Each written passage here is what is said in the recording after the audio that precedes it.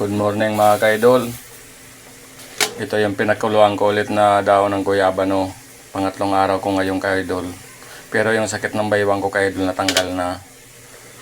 Sayang naman ito ko, itapong ko lang kaidol. Ito yung ginagawa kong tubig kaidol.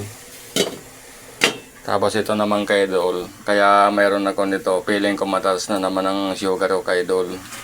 Ito ang ginagawa ko pagka mataas ang sugar ko. Kinikilaw ko to kaidol, ampalaya, may kamatis, may talong, may pipino.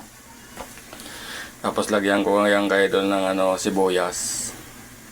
Kaunting suka, asin ayos na yung kaidol.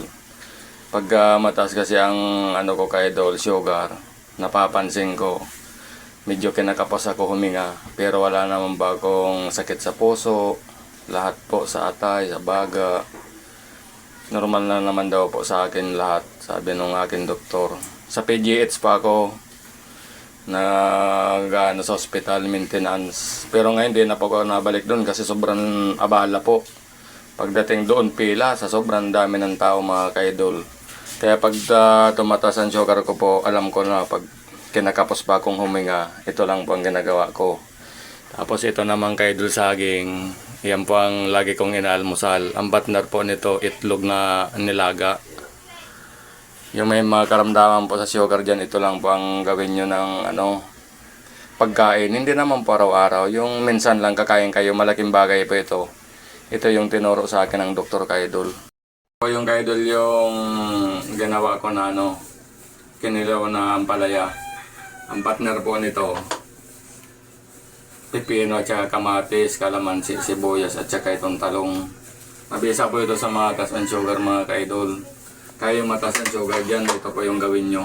Kasi pag mataas po ang aking sugar, napansin ko, kinakapos lagi ako huminga. Ganyan po yung palatandaan ko. Yan po ang sa akin ng doktor sinabi. Kasi normal po lahat sa akin eh.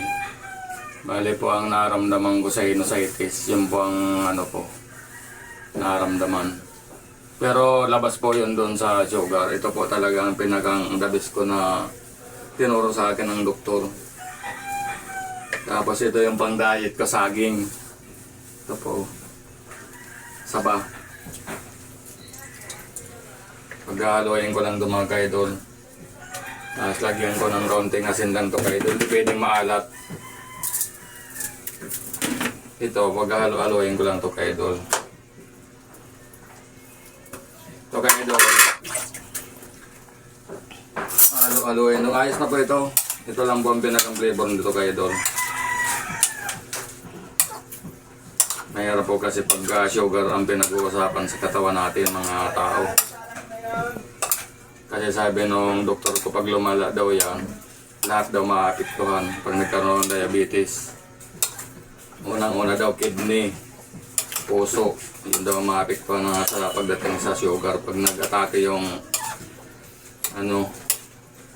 diabetes, magiging diabetes daw ang kasunod niyang kaidol. Ito na yan kaidol oh.